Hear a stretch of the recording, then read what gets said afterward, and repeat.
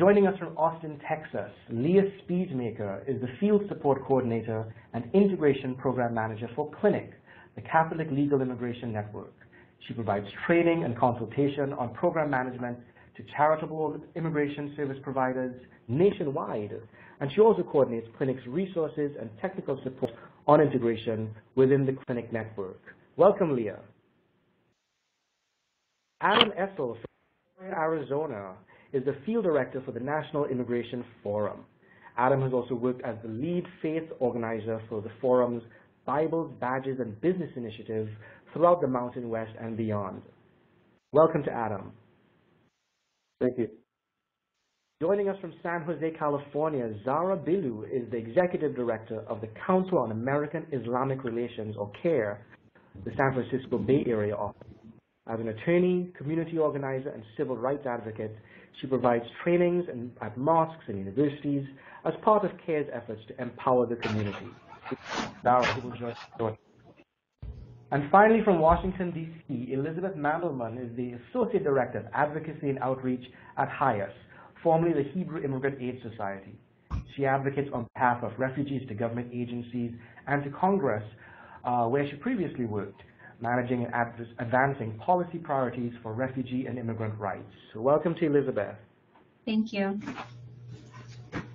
So as we get this started, I want to just make sure that we can see and hear everyone clearly. Adam, you want to just say hello? Hello. All right, excellent. Okay, and we will be joined by Zara shortly. So first of all, I wanted to get a little bit of a sense of what is the lay of the land. What is happening now? What do you see happening in your networks? What is happening with Bibles and Badges and business? What do you see as the tenor of the conversation around immigration in the communities and parishes that you're working at? And perhaps we can start with Leah. Sure. Can you hear me? Great. Okay. So thank you so much, Denzel, for having us. Again, I work at Clinic, based in Austin, Texas. And so Clinic is a network organization of about 300 organizations across the U.S. And all of our network members offer charitable legal immigration services to their communities. So they're already very much engaged in integration work as far as helping folks gain whatever immigration benefit they might be eligible for. What we're seeing now is a lot of interest in pursuing integration more purposefully. So instead of it being sort of an accidental byproduct of just the services that folks are already offering, there's really a lot of interest in making more formalized programming regarding integration, which I think is wonderful and really what I'm trying to promote. You know, how to formalize it, how to make it more official. I see. Adam, you wanted to jump in? Yeah, absolutely. So just some of the tone and tenor to answer that question a little bit, you know, it won't surprise anyone that across the country and the work that we're doing, we're having a lot of folks who feel very conflicted, I think, by perhaps their traditional party affiliation and by some of the rhetoric that we're hearing on not just the national level, but on the local level as well. So this is something that we're really trying to combat. We put together a series of events in the pre-primary space in about 20 different states across the country, where our message was simple, that America is better when we welcome refugees and immigrants, when we integrate refugees and immigrants into our communities. And slowly but surely those messages are really spreading throughout some difficult places where we work across the country.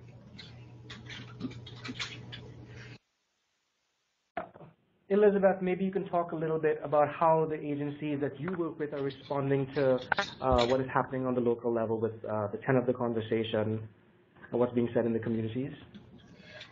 Sure. So thanks for having me. I work for HIAS, which is one of 9 refugee resettlement agencies that works with the federal government to resettle refugees, and we also work internationally.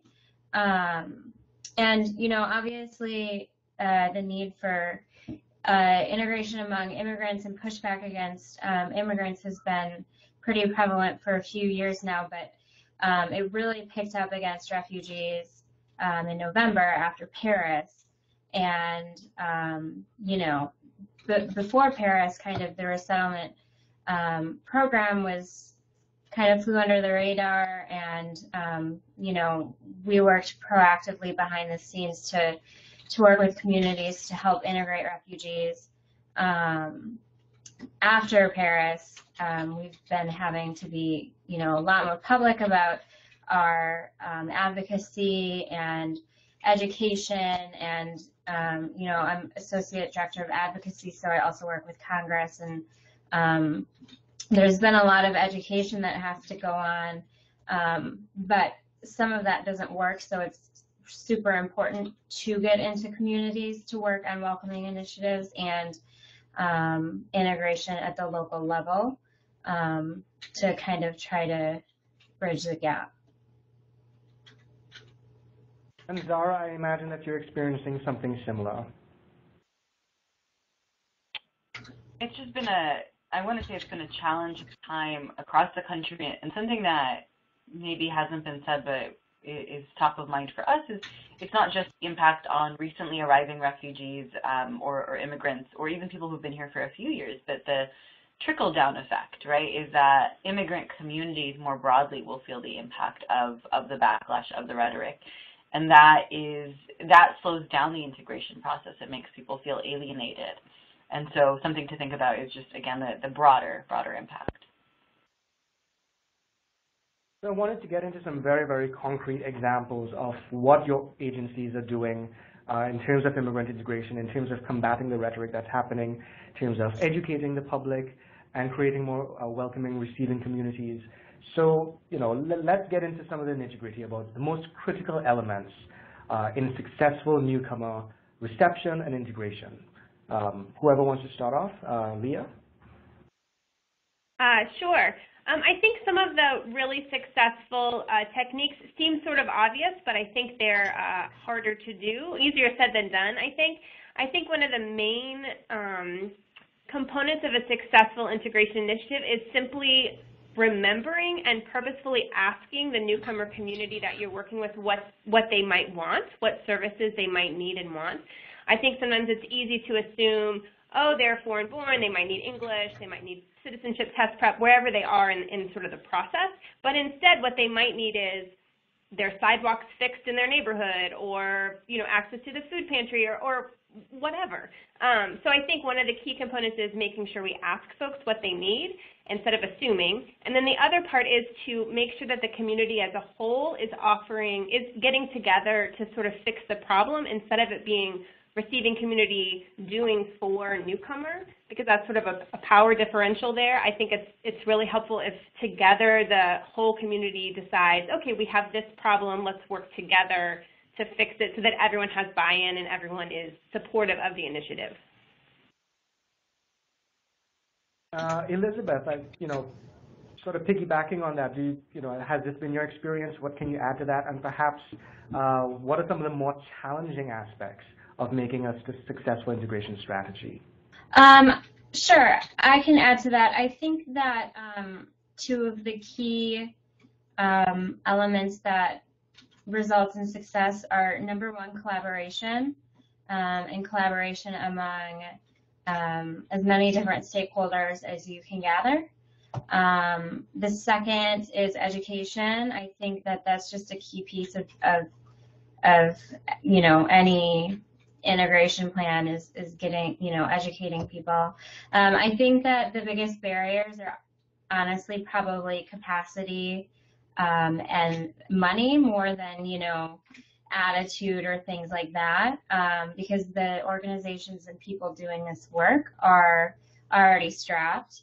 And, part of the grant program that I oversee, the Linking Communities Project, what we do is provide microgrants, so it's not a lot of money at all, but we provide the money so that people have a reason to set aside just a little bit of time to work on these efforts.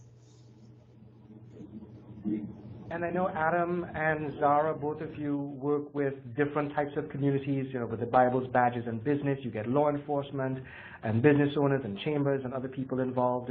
And So perhaps two of you can give me maybe one really exciting and inspiring example of that education, that building bridges and alliances, maybe even how to get money for these things.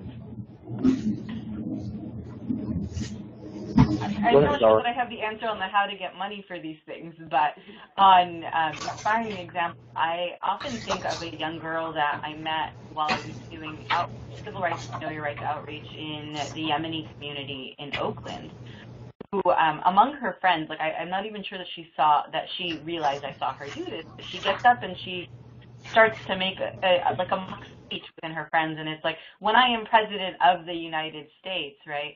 And that for me is like ties into this piece about integrating youth into these conversations, is that when these families are coming over, they're dealing with financial crisis, they're dealing with language issues, they're dealing with work and other sort of everything that's been discussed. And very often we overlook the need to pay attention to their children and to ensure that they are doing okay at school, that they are feeling respected and treated with dignity among their peers and by their teachers. And so an important focus for us in the past few years has been working with young people to ensure that they feel at home, empowered, and engaged. One, because we want to make sure that they're not lost amid the difficult transition that is the whole process of coming over and the years that can take, because so often the focus is on their parents and on rent and food, etc., but also recognizing the important role they play for their siblings, their parents, and their extended relatives. Is that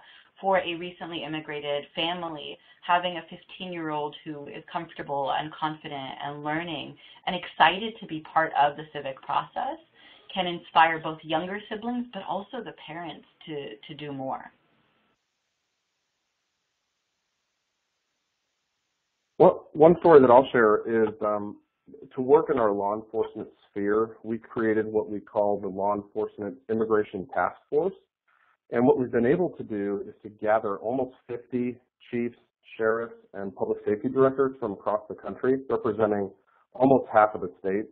And these are law enforcement officials who believe in community policing, believe that when immigrants have a connection and trust the police, which often they come from countries where they don't trust the police.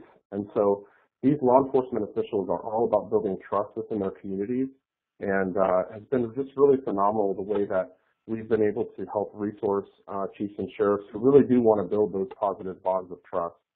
We just added 2 new departments to our task force this week, including Atlanta PD and Appleton, Wisconsin. So in each of these different communities, we're finding that law enforcement really does have an open door to immigrant communities when they're willing, as was said before, to work with stakeholders and to educate both the law enforcement personnel and the communities about the role that law enforcement wants to play in keeping the public safe. And I know that, is it, Leah, you were telling me about a program in Greensboro, North Carolina that brought together immigrants and undocumented immigrants and law enforcement, and this actually led to local policy change, right? Do you want to just tell us about that? Sure, yeah, I was hoping you'd mention it. Clinic has an affiliate called Faith Action International House in Greensboro.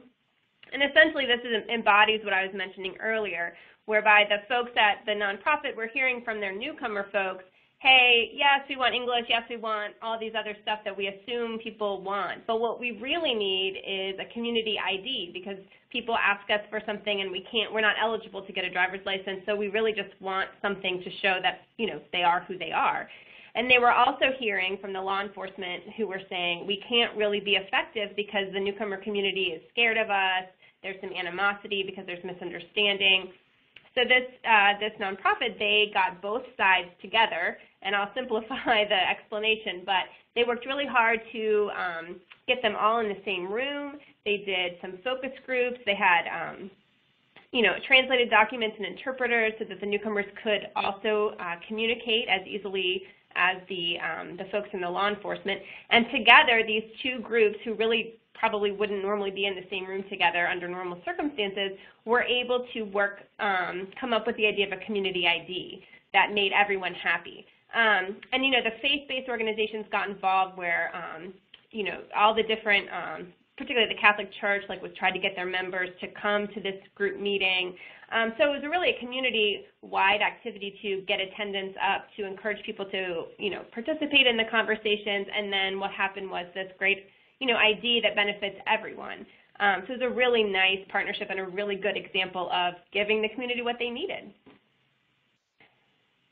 And this idea of building partnerships, law enforcement is a really, really important group, but then, interfaith alliances perhaps, getting refugees jobs, so you need to talk to employers, getting, city officials just to be on board with, well, let's build on the diversity of our community. Agencies are really challenged in certain parts of the country with getting those kinds of relationships done. Elizabeth, perhaps you can tell us, there must be examples from the Highest network of great partnerships and how that came about. Yeah, so Highest is part of a coalition called Refugee Council USA. It's made up of the 9 refugee resettlement agencies that work to resettle refugees, and about 10 other organizations. And, we work together to advance, messaging and policies around refugee issues. And a lot of that has to do with, working with affiliates and working with the government to build partnerships to, create opportunities for refugees and other new Americans for things like jobs. And part of the refugee resettlement program is there's something called the matching grant program, and that's affiliates work with new refugees to ensure that they have job opportunities, and we do that as part of RCUSA, and we have a stronger voice as part of a coalition, I think, than sometimes just ourselves. Zara, do you want to mention some good partnership examples from the CARE network?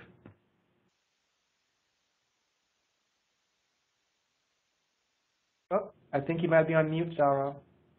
I was actually thinking that in addition to relationships with the various agencies and elected officials to move this work forward through the organizations, an important thing that we've tried to do in the last couple of years is again, empower the communities to have those relationships directly, empower the individuals to have those relationships directly. It surprises me, and it concerns me, I would say, how many times I'll talk to people who don't realize they have 2 U.S. senators or don't know how to contact their city council. And so we want to do that with and for them where we can, but I think also being mindful of capacity concerns that have been brought up, and then thinking about like longer-term civic engagement and integration. An important part or priority for us has been, okay, here are the tools. Now we want you to make the contact. Here is the phone number. We want you to make the phone call. Look, we've got a meeting. We want to make sure that impacted voices are present in the meeting, not just so that we're stronger in our meeting, but also so that that person develops the confidence and skill set necessary to continue to go into meetings. And we've seen some, I want to say, some hopeful progress there, where people more and more in the Muslim community are saying, we want to go to a city council meeting, right? Like, here's an issue that maybe is out of the scope of the agency that we are working with, but interests us personally or interests us as residents of this community. And so we are going to take the initiative to contact our elected officials and the relevant agencies. And I wanted to just piggyback on that too really quickly. Having worked in politics for 10 years, I am also still every day surprised by the number of people who don't know how many reps or who their reps are or how many senators they have, and that there are different levels of government to go to. And I think that's something that we try to do as Highest and also as RCUSA is get people engaged at a very easy level to help them build the confidence to then thereafter start reaching out to their legislators and local officials on their own. A lot of people don't even realize that that's an option. And with refugees especially, they're coming from a lot of places where there weren't governments, period, or governments that they could trust. And so, it takes a little bit of time to, make newcomers understand, how our government works and what opportunities are there for them. And also, just for already established community members who maybe, I guess, weren't as into American politics as I was in 8th grade. It's just about educating them so that they have the confidence to go out there and do it themselves. Yes, I think, we want immigrants and refugees to become self-sufficient in terms of, finding a job, being able to support their families. But the real integration is that empowerment, but being able to have some sort of say in their destiny. I don't know if there are other examples. I mean, just the idea of the law enforcement and immigrants, I think that is huge, because these are people who have a lot of power, and to have that relationship and build that trust is really important, right, Adam?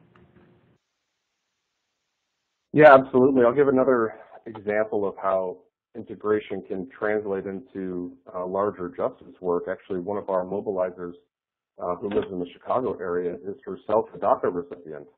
And so she's mobilizing in 9 states throughout the Midwest, and actually can't vote herself, but she's teaching others how to get involved in this, in this process, to speak up for their communities, to speak up for those who don't have a voice. And that's just one great example, really tangible work that's happening on our team. And, you all visit all sorts of organizations and parishes and places of worship.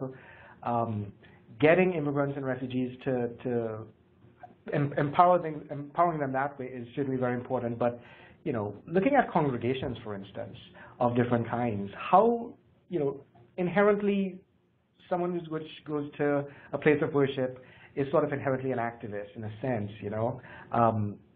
How do you talk to communities? How do you talk to the receiving communities and get them to be agents of change as well?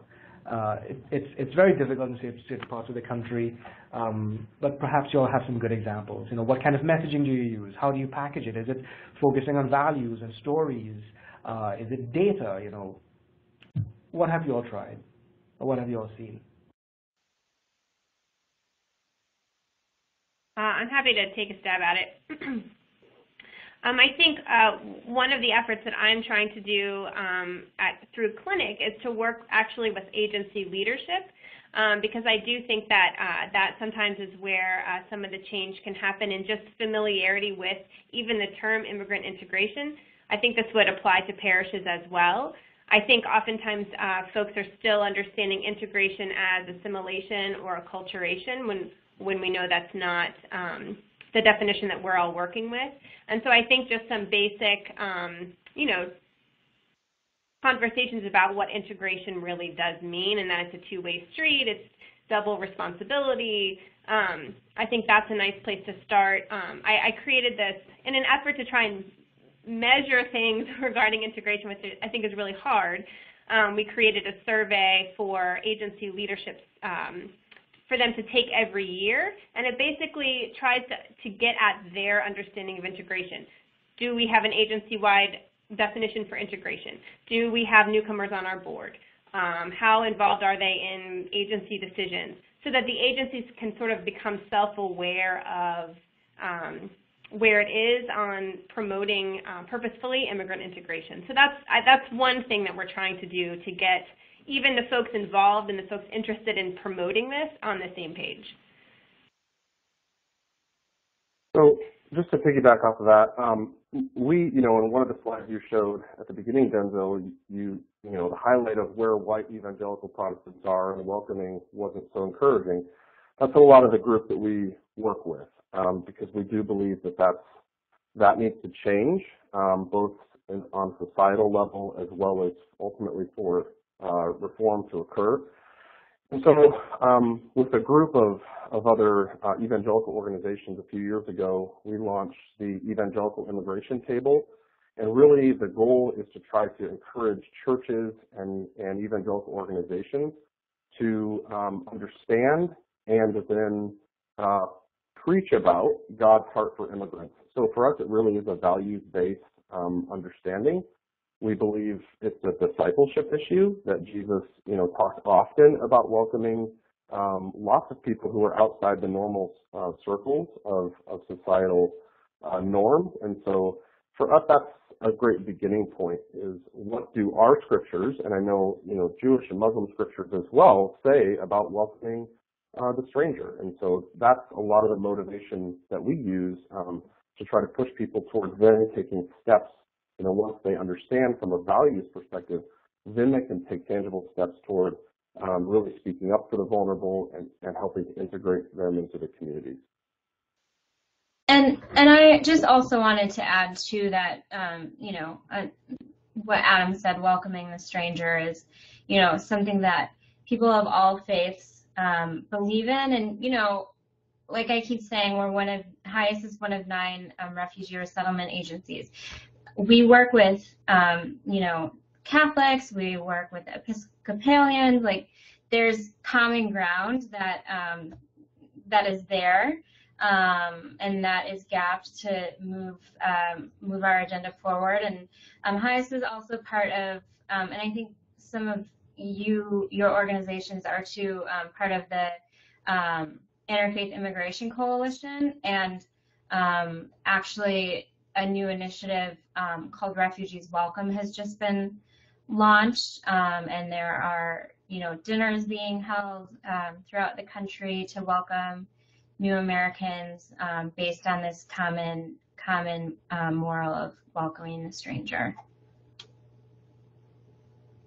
I was just going to add that something that we've attempted to use as a strategy for this and other issues is developing strong relationships with religious leaders. As important as the work that all of our agencies do, and like the skills we bring and the tools we offer, the pulpit is a specific location where you can reach so many people in one very effective way. I always think back to a Know Your Rights workshop that I scheduled in my first year at CARE, where I tried to bring people to me rather than going to people. And so thinking about how one congregation, one pulpit, one lecture can help you reach so many more people, and then pairing that with offering the resources on site. So when we're talking about comprehensive immigration reform or knowing our rights or election day information, our strategy is twofold. One, the first step, as we've talked about, is what are the stories, what are the religious motivations to move people to action?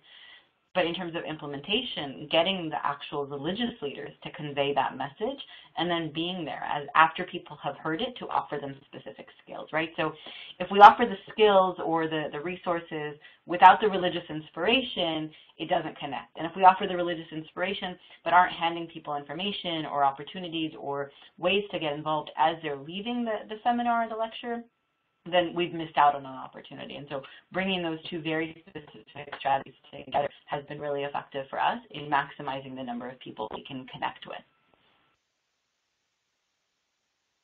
I know that CARE has done some traditional and some innovative public education campaigns. We're going to be talking a little bit in depth with Christina Pope from Welcoming America shortly about messaging strategies. I was wondering just if each of you can probably give one suggestion as to when you're interacting with receiving communities, how do you want to approach these things? Maybe you can pick an audience that you've worked with and tell us what worked and what didn't.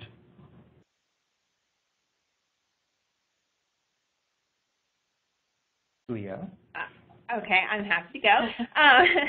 So there, I'll just think of a specific example, but at a congregation in Manassas, Virginia, they already hosted citizenship test prep classes, but there were volunteers in this particular parish who really wanted one-on-one, relationship development with the newcomers in their community. They were seeking that out. And then also the students were actually wanting more conversation practice than the citizenship test prep class could actually offer them. So again, in an example of something that worked for everyone, they just created something called Coffee and Conversation, where the parishioners come, the immigrants come, and everyone for an hour every Wednesday gets together and talks about whatever topic was deemed, the topic of the day. And it's been super successful because everyone wanted it, and it was really supported, and it's very low resource. Something I like to tell programs often is that who are, as Elizabeth said, already strapped for resources and time and staff and all these things, is that it doesn't have to cost a lot of money. I mean, this program costs some cookies, some coffee, and that's it, because, you know, they're in the parish hall or wherever, and it's just an hour a week, and they already had volunteers lined up.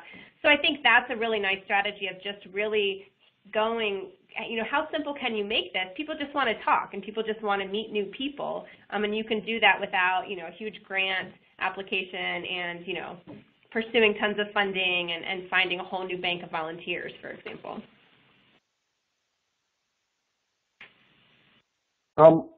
One story for me, just from my own local church, and this is actually how I got involved here in my church in Phoenix.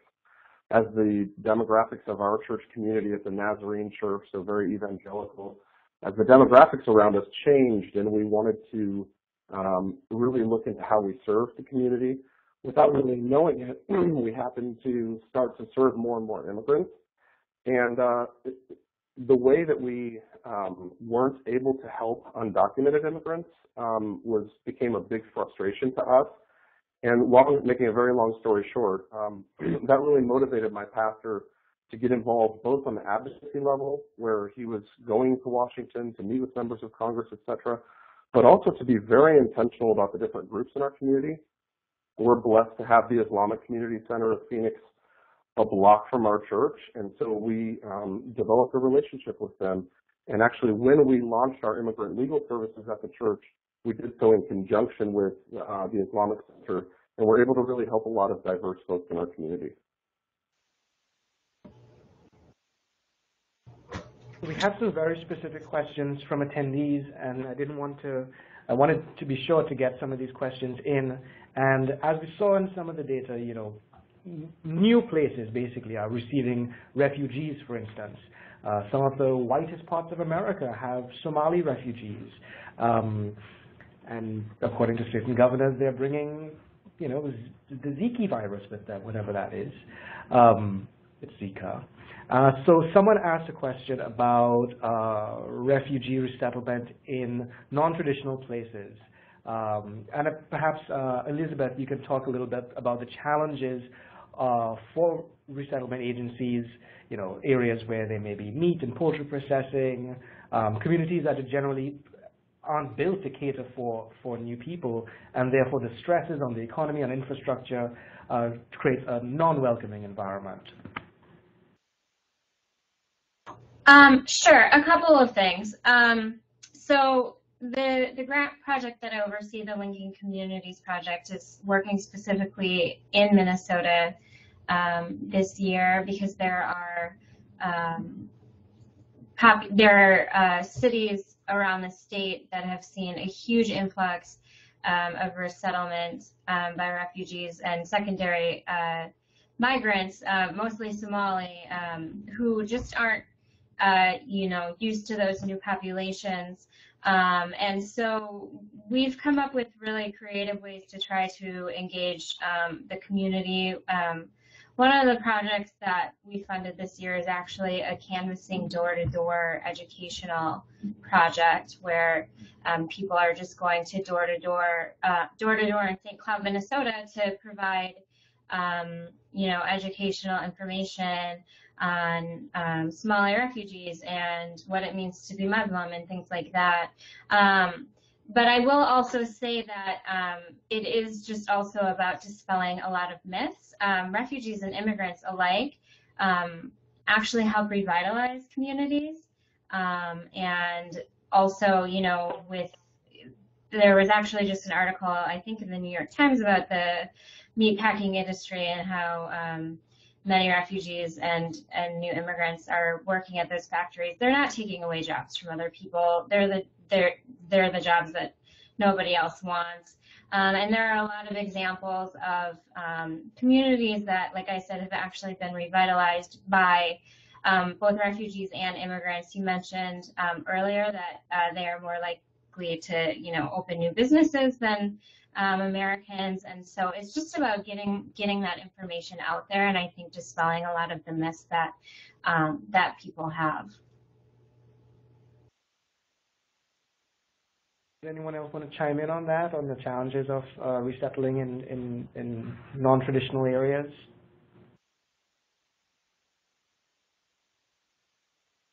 Adam, you look like you're about to say something. But we have a lot of other questions here on very specific things or agencies are doing or can do to educate their communities, as you were talking about. You know, there's World Refugee Day, people host summits and conferences. One thing that worked really well when I judged the Welcoming Refugee Communications Contest last year was, you know, sports. Getting, you know, people together on a soccer field for a day and having knockout competitions and things like that.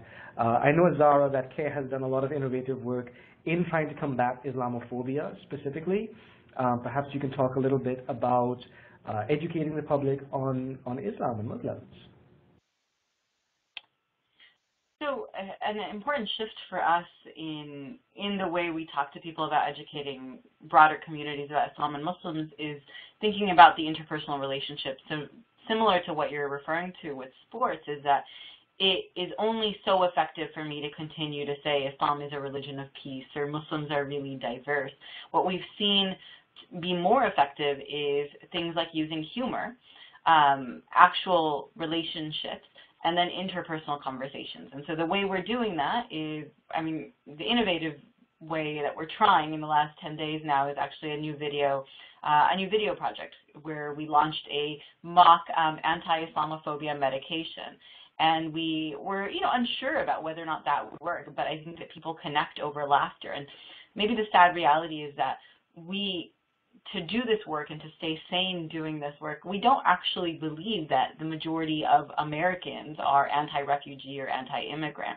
Instead, we believe that they see hatred and bigotry for what it is, but there's a small, very vocal crowd out there that is promoting a negative rhetoric, that is promoting divisive language.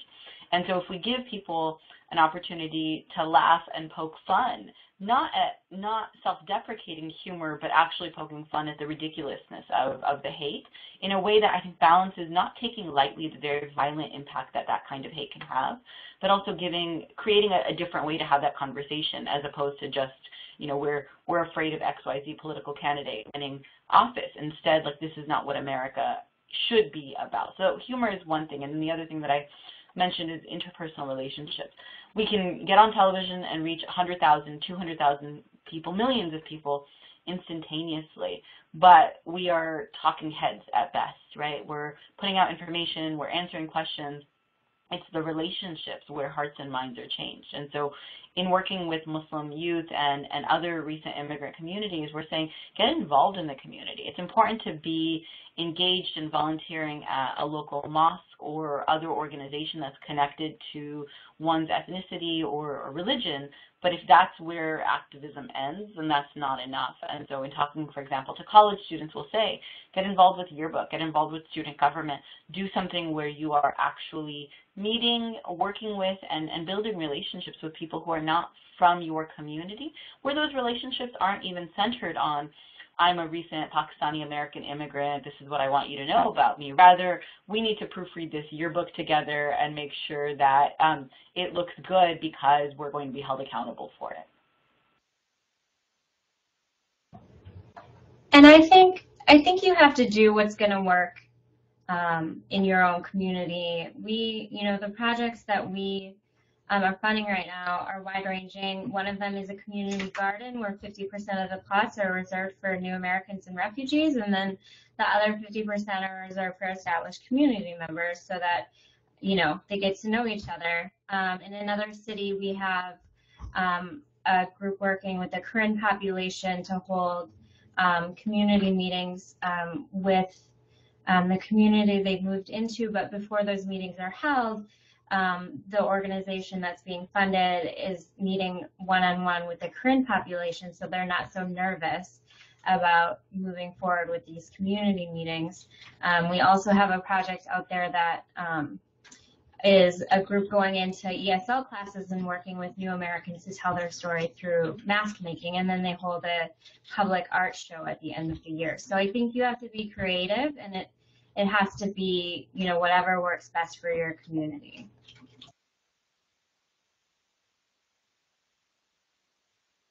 We also had a question about compassionate cities, and I don't know if any of you have any experience with that approach. Okay, apparently not.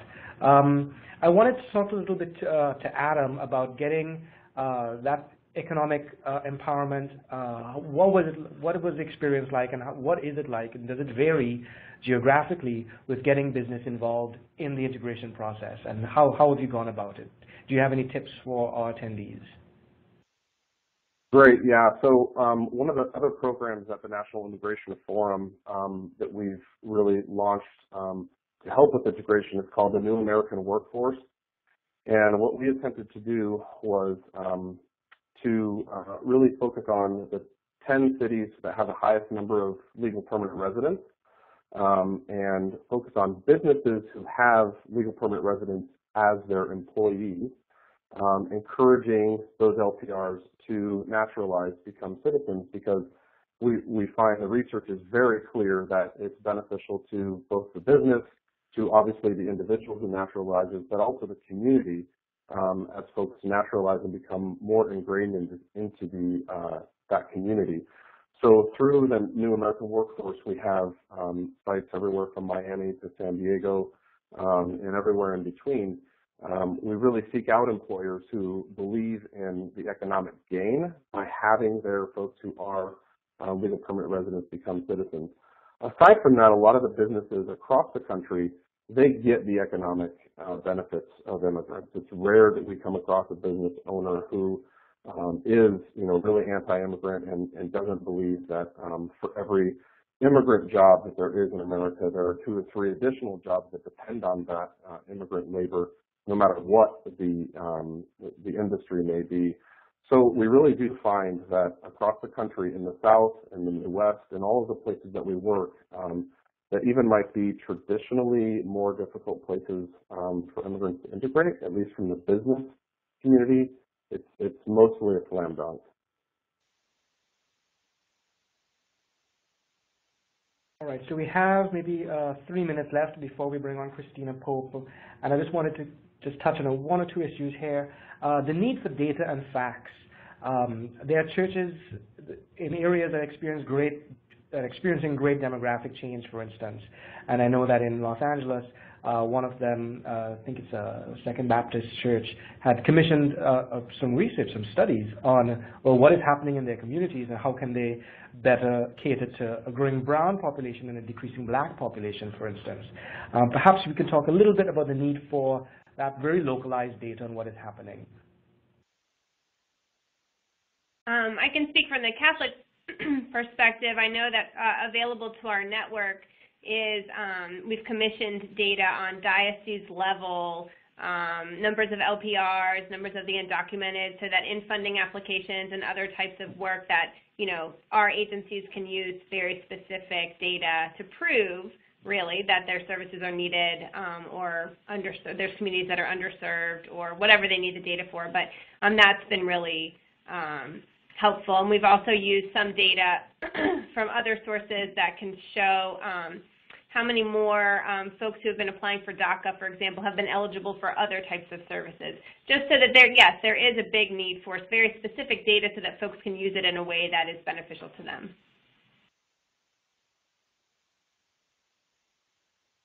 I was just going to say, it is a request that we get often from media, from elected officials, from funders, and even from community. And unfortunately, there isn't as much data on the Muslim community out there. There's a really great study commissioned by the One Nation Foundation on Bay Area Muslims that looked at all of those issues to give us a sense of what was happening in the Bay Area, but the broader Muslim community, I think, generally remains uncounted or sort of included in various ways, right? And it fascinates me that 100 years ago, Arab immigrants advocated for the right to be classified as white, and today, as a result, we don't have data on how many Arab immigrants there are in the United States, Muslim or otherwise, and so there's a reverse campaign to say, let's get Arabs counted on the census. And so with respect to the Muslim community and the demographic data,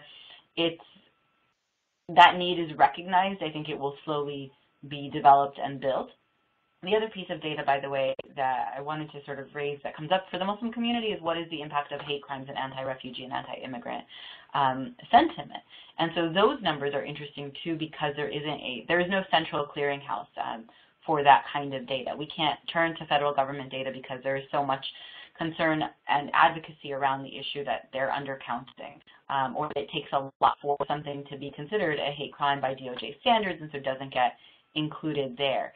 And then there's underreporting. And so the data is piecemeal right now, but critical. And so our request to agencies, but also to impacted communities, is to make sure that they are keeping track of their communities, that they are documenting what is happening, and if they are in impacted communities, that they're making sure to report incidents and concerns so that there is a record of that, to not let these things slide. Because without the data, we can't do very effective advocacy at all.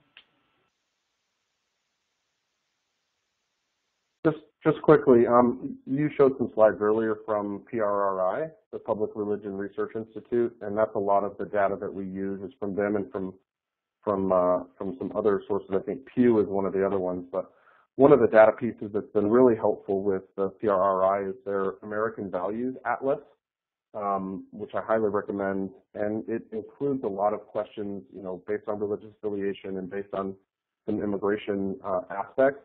One of the great pieces of data that we have from PRRI's Atlas is the reality. We talked about this a little bit earlier.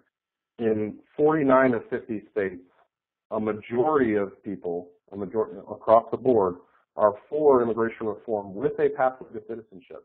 South Dakota happens to be the only state with a minority of people, and it's 48%, so it's close. But that kind of data really shocks people because what's interesting, though, is when you look at some of those states where a huge majority of people want that, want Congress to act in that way, and then they vote for certain presidential candidates who might not necessarily share those views. So that's fascinating as well, and data can be kind of a double-edged sword. But we could definitely use more of it. That's definitely a growth point for us. All right, so we're just about run out of time for this panel, and I want to bring on the next presenter. But this has all been really fascinating. I just wanted to go one by one with maybe one piece of advice or one little trick that you've learned when it comes to just educating the community, creating more welcoming environments. Just really quickly, 5 seconds each, and then we can close off. Let's start with Adam. Sure, I think this has been said several times, so I'll just reiterate it. Building relationships with people is the #1 way to get folks to care about those who are different than them. I think from an agency standpoint, making integration official, put it in your strategic plan and your mission statement and your objectives and goals, and that is a really key way of making sure that your agency is really devoting time and making this a purposeful objective instead of an accidental byproduct of what you're already doing. I would say being proactive is really important, and also collaborating. I would add to what Adam said and suggest that relationships are best built through collaboration, and so encouraging arriving and receiving communities to think about and implement projects that they can work on together that will better their local communities. Thank you very much to Adam, Leah, Elizabeth, and Zara. This was a once-in-a-lifetime opportunity for all these different faiths to come together on one platform and talk with us. This was really an incredible job. We will have more questions.